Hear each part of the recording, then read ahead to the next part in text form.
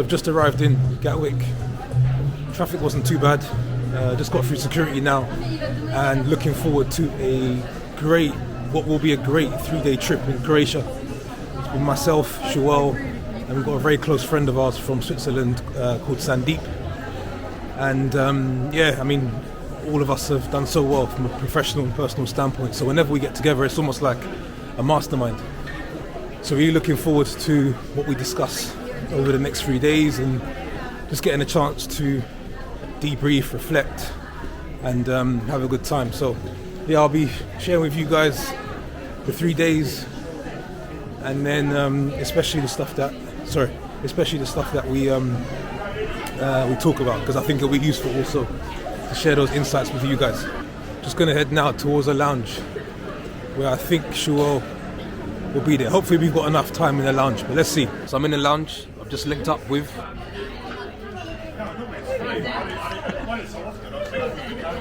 in the overhead locker.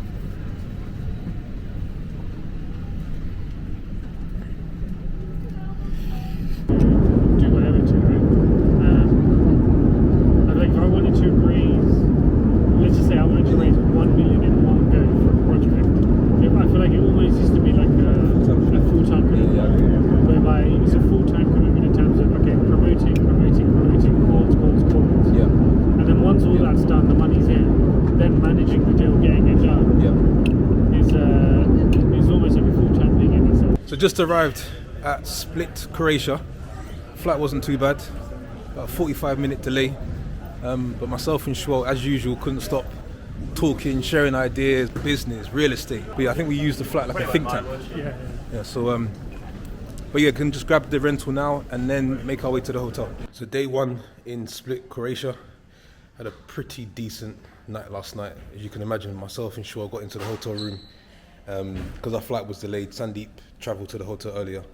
Once we got in around probably like 12.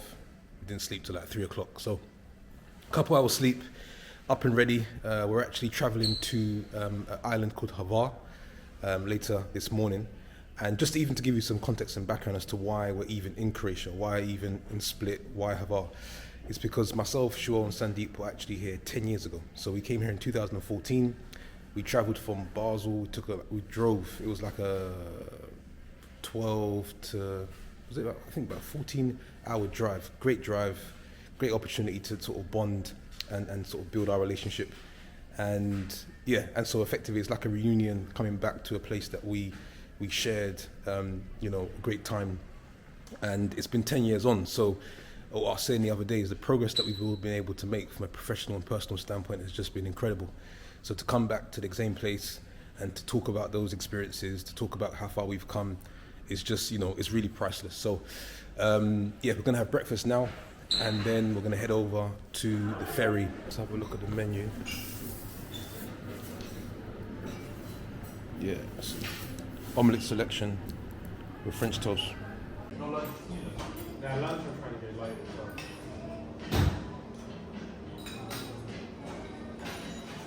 Wait, this trip was next week? Oh.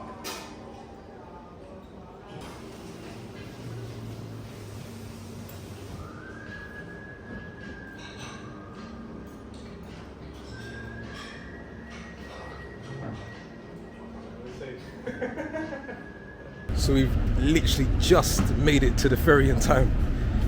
I think it was a close call. Leave at 11 o'clock. Literally arrived like 3 minutes to go. And it's all because we decided to have another French toast. But all good, we're here now. Gonna be great views. And so looking forward to it. It's about a 2-hour journey from Split to Hvar.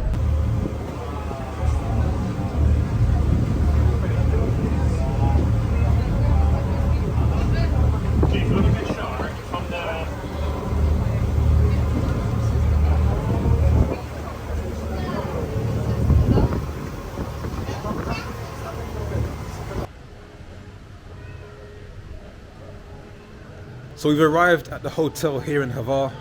Really nice hotel that overlooks the pool and the sea, and I can actually see different islands on the horizon, which is really, really cool. But one of the things we were talking about on the way here was the power of compounding and understanding how it works and being patient enough to see it work. So if we take income, for example, a very simple basic understanding is you make the most amount of income in your career, whatever you're doing, whether you're working for a corporate or an entrepreneur, towards the latter stages of your career. Because ultimately there's a period at which you're learning, you're building your skill set, you're trying, you're testing, you're making money, you're figuring out how things best work.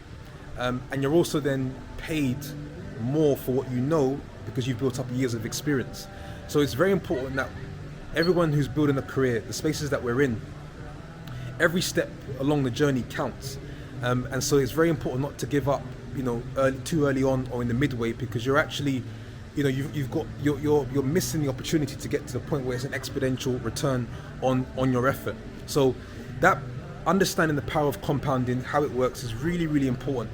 And it's also about being patient enough to actually see yourself go through that curve and go through that change. So we're coming into Hvar town centre now. You can just see it's really, really nice town, and they've got some lovely restaurants just ahead of us. So it should be a great meal. Again, just continuing the great conversations around developing yourself and how to think about next steps, planning for the future, family, building wealth. It's really important to build a circle of people who are like-minded, who can understand where you are, where you're trying to get to, and you can both help each other in order to get to the next step. This is kind of the game.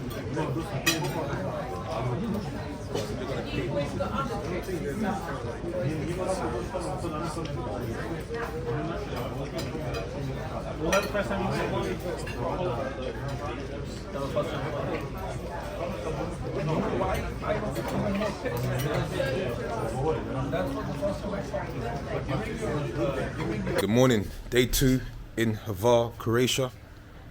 An incredible view from our balcony. You really get a chance to see other islands, and it's just a great view to wake up to. Weather is incredible. Spin it around here. Also just a nice view. And then the sun actually sets. Last night it was setting over there. So yeah, really nice view from the balcony. So I've been a really big advocate for strengthening a morning routine, working to try and find the best routine you can over your career. And so for me, I always journal. So I always write down 3 things that I'm grateful for. I write down a number of powerful affirmations. I also write down what I'm looking forward to in the day, how today's going to be great. And it's really just about priming and setting myself up for a great day. I also read. I've got a piece of paper within here where it's my vision. So it's in just one page, and I read that every day just to remind myself exactly what it is that I'm working towards. Here is it's called a Muse device. So 5, 10, 15 minutes, depending on how much time I've got in the morning, just to meditate. And it's different to my prayers, but it's a great way. It's another way to center myself and just achieve a level of stillness before then actually starting the day. Because days can, within the day, you can be pulled from pillar to post. And then it's always good to read a book. This is what I'm currently reading now, Same as Ever by Morgan Housel.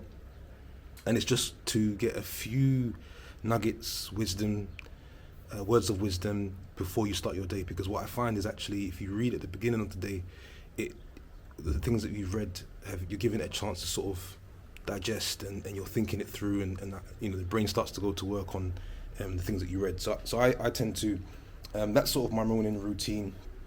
Just heading to the gym now. So after my morning routine, I tend to then just sort of work out and then really get primed for the day. Yesterday was a great day. Just relaxing, enjoying the Hvar island, the town, the views. Great food, great conversations, and really there's just no agenda. The agenda is just to just enjoy where we are. The view is incredible.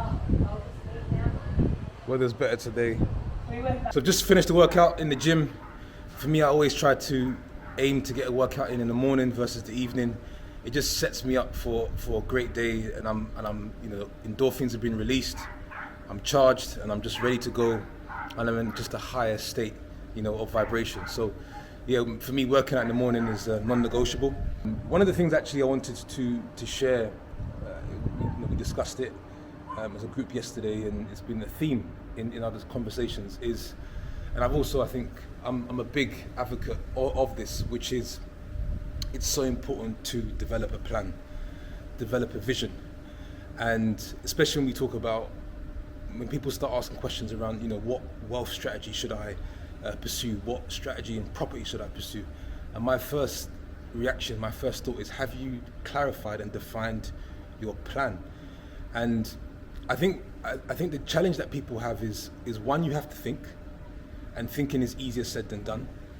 And once you start thinking and start putting something on a piece of paper, now you are drafting up something that you're responsible for, accountable for, and perhaps you sort of want to shy away from that. Now there's probably other challenges as well, but it's so important. I can't stress the importance of developing a vision and creating extreme clarity on where you want to be in 3, 5, 10, 15 years, then understanding who you need to become in order to reach those milestones.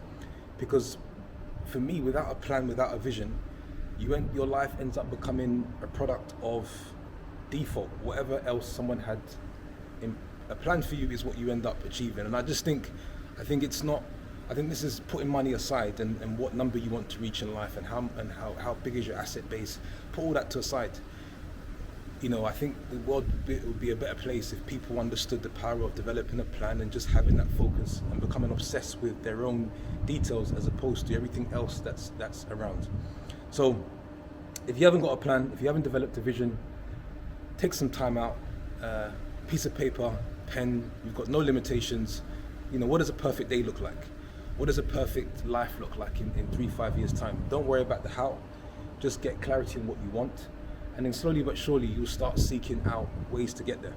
But you won't do that unless you've got something in front of you. So, I would say for myself, Shual, Sandeep, we're a product of having a plan. We're a product of developing clarity in what we actually want to achieve. And it's no surprise that as time has passed on, especially over the last 10 years, that we have all achieved what we wanted to, what we set out to do. And we're just going to continue that method. So it's proven it works. And like I said, if you haven't got a plan, I just really recommend you, and I just urge you to develop a vision. Go online and research frameworks of what a vision should include, and develop a vision board. It's very simple, and don't let your day-to-day, the life you're living now, get in the way of you creating a better life for you in the future. Just on my way now to Havar town to have an evening meal. It's the last night before we head back to Split tomorrow, and we're going to try and find a restaurant where we've got a really good view of all the different other islands. One thing that we were talking about earlier was actually around whether it's corporate, whether it's entrepreneur, the language is actually the same from a standpoint of in both lanes you're trying to get your asset base to a point where it's providing you with enough income to cover your lifestyle, so you don't have to work for that level of expense. So from a corporate standpoint, usually the play there is trying to get a stock portfolio big enough that produces enough dividends to then cover your lifestyle. Let's say as an entrepreneur in my space on the real estate, it's then building up enough rental units to then be able to cover your lifestyle. So it's the final day here in Croatia. We've just got off the ferry from Hvar. Incredible time at Hvar on the island. We're now in the old town of Split. There's a lot of historical monuments. We're going to find something to eat and then make our way to the airport. Back in Gatwick, landed safely. Great trip. It's just the power of having meaningful relationships, and looking forward to the next catch-up / mastermind with Sho and Sandeep. Yeah, and I'll be sharing more of what we discussed on some other videos. But until then, look forward to the next video.